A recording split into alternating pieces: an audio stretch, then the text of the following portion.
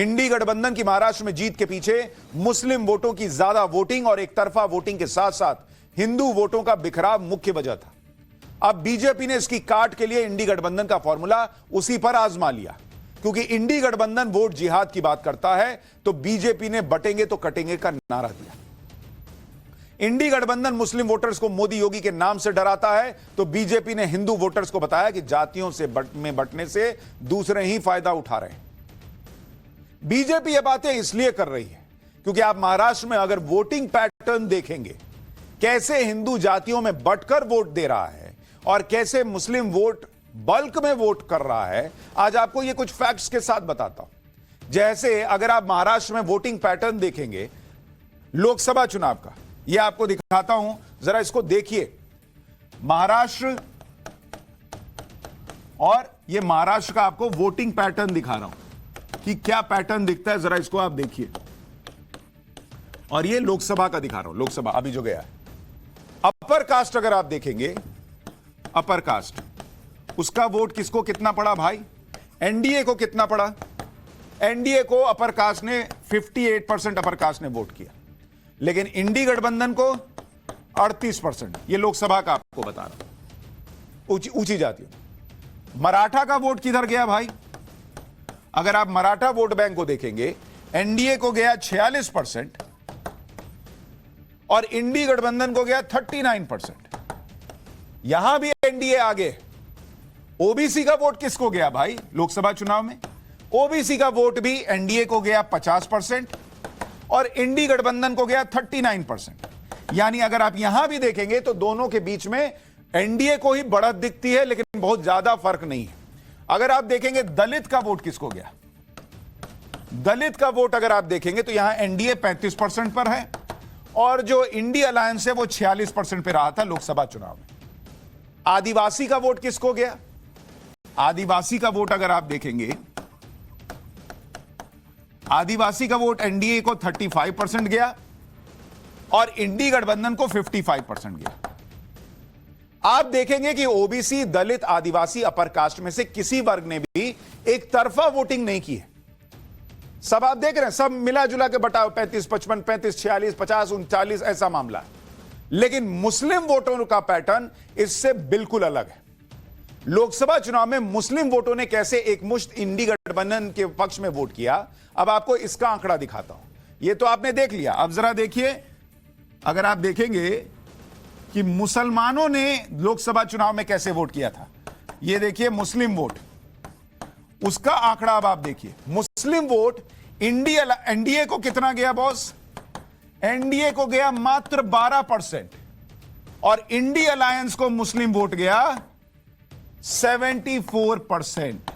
तो बॉस ये एक तस्वीर पूरी कहानी बयां कर रही है कि क्या पैटर्न लेकर इंडी गठबंधन चल रहा है कि हिंदुओं का जो वोट है उसको तोड़ दो। 58, 38, 46, 39, 50, 39, कहीं एक मुश्त वोट नहीं गया है।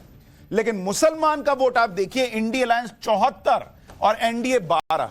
अंतर देख रहे हैं, 62% का अंतर है। वो भी तब जब एनडीए में अजीत पवार वाली एनसीपी थी, जिसको मुसलमान थोड़ा तो वोट भी करता है, तब भी जाकर 12% से ज्यादा वोट एनडीए को नहीं पड़ा लोकसभा चुनाव में। महाराष्ट्र में मुस्लिम वोटों की अच्छी खासी संख्या है, इसलिए उनकी एक तरफा वोटिंग किसी भी कड़े मुकाबले में गेम पलट सकती है। महाराष्ट्र की आबादी 11 करोड़ 24 लाख है। इस आबादी में 1 करोड़ 30 लाख मुसलमान हैं, जो महाराष्ट्र की कुल आबादी का 11.5% है। महाराष्ट्र की कुल 288 विधानसभा सीटों में 38 सीटें ऐसी हैं जिसमें 20% से ज्यादा मुसलमान हैं। इनमें भी 9 सीटें ऐसी हैं जहां 40% से ज्यादा मुसलमान हैं। करीब 15 सीटें ऐसी हैं जहां 30% से ज्यादा मुस्लिम हैं। मुस्लिम वोटों को इसी तरह से एकजुट रखने और ज्यादा से ज्यादा वोटिंग करने और एक तरफा वोटिंग करने के लिए इंडी गठबंधन जो भी कर सकता है वो कर रहा है। जैसे आप देखिए कि एनसीपी शरद पवार गुट जो है, वो दोनों नेताओं के दोनों नेता आपस में भिड़ने का एक वीडियो उनका बड़ा वायरल हो रहा है। यह वीडियो एनसीपी नेता जितेंद्र आव्हाड और पार्टी के अल्पसंख्यक उपाध्यक्ष यूनुस शेख के बीच के झगड़े का है। यह झगड़ा मैनिफेस्टो में फोटो न लगने को लेकर हुआ।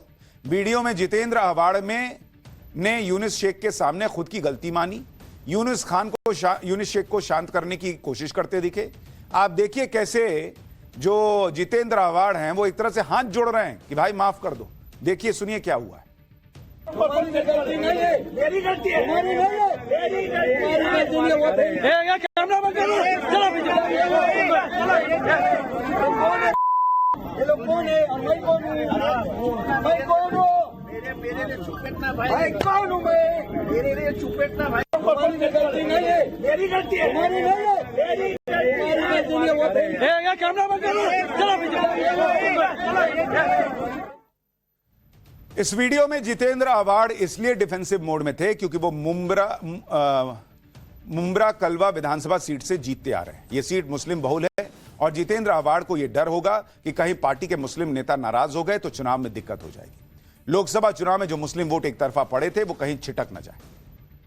इंडी गठबंधन को एक एक मुस्लिम वोट को समेटने का प्रयास करते देखा जा सकता है। उसे पता है कि ये एक एक वोट उनके लिए कितना कीमती है, क्योंकि भाई सब जगह तो ऊपर नीचे 10-20%, 5%, 2% का फर्क रहेगा। मुस्लिम वोट 1% एक तरफा मिल गया तो गेम हो जाएगा। लोकसभा चुनाव में कुछ सीटें ऐसी थी जहां बीजेपी के उम्मीदवार बहुत कम अंतर से हार गए और देवेंद्र फडणवीस का दावा है कि महाराष्ट्र में बीजेपी को लगे झटके की वजह मुस्लिम वोटों की एक तरफा वोटिंग थी। देवेंद्र फडणवीस का कहना है कि लोकसभा चुनाव में 14 सीटें ऐसी थी जिसमें बीजेपी वोट जिहाद की वजह से हार गई।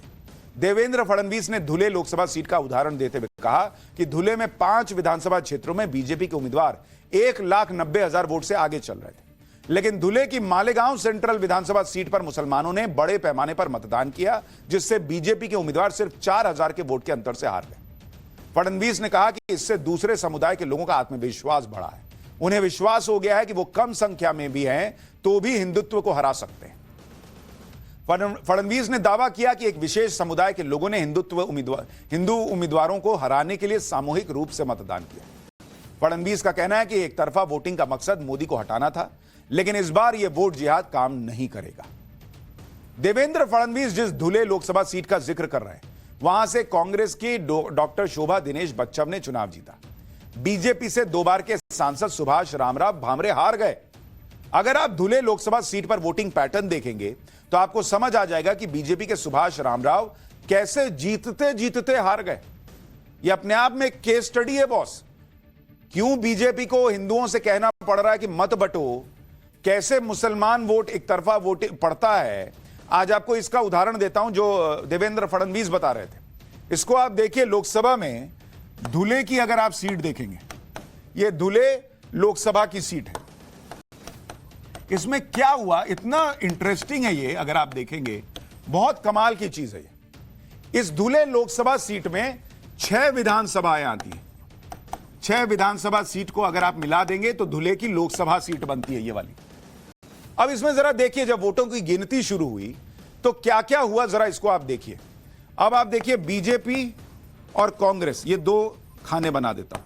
अब जरा देखिए कैसे कैसे पहले धुले ग्रामीण, धुले रूरल, ग्रामीण, इसमें जब ईवीएम खुलना शुरू हुआ तो बीजेपी को कितने वोट मिले? बीजेपी को मिले 1,39,721 वोट और कांग्रेस को कितने मिल रहे थे? 75,923 वोट। ठीक है भाई। इसके बाद अगली विधानसभा का मामला खुला, सिंदखेड़ा। सिंदखेड़ा, यहां क्या हुआ जरा इसको देखिए। सिंदखेड़ा में बीजेपी को 1,11,849 वोट, कांग्रेस को 68,424 वोट।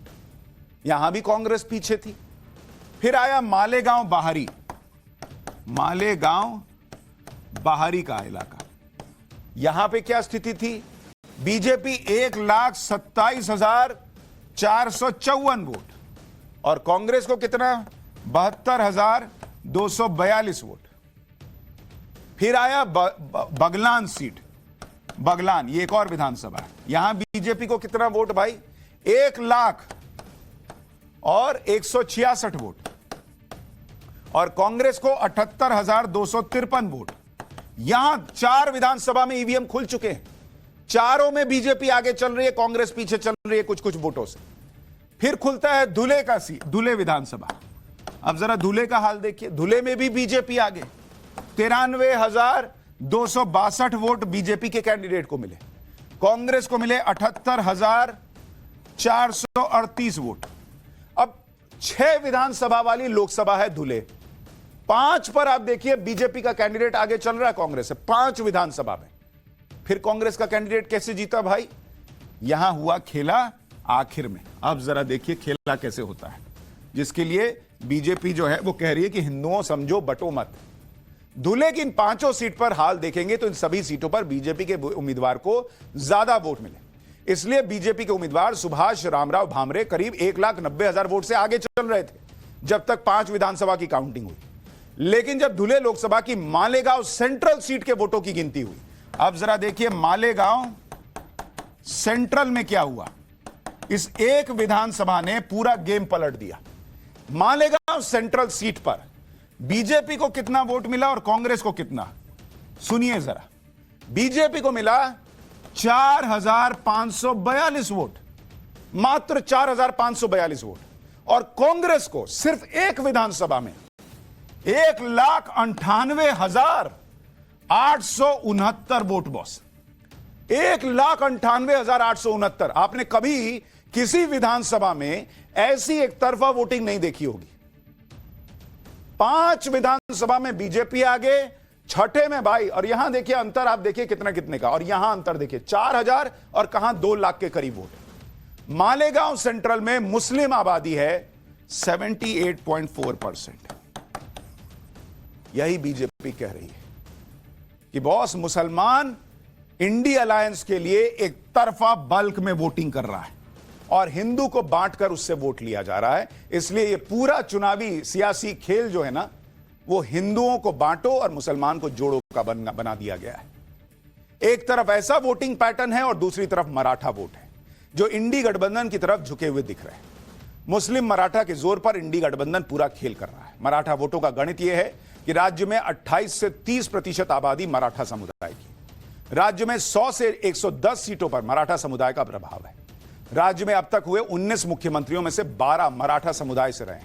इस लोकसभा चुनाव में 46% मराठा एनडीए के साथ रहे और 39% इंडी गठबंधन के साथ। लेकिन गौर करने वाली बात यह है कि महाराष्ट्र में मराठवाड़ा रीजन, जहां सबसे ज्यादा मराठा वोटर्स है, वहां इंडी गठबंधन को 46 में से 32 विधानसभा सीटों पर बढ़त मिली। इसलिए अब मराठाओं को उनकी आन बान शान याद दिलाई जा रही है।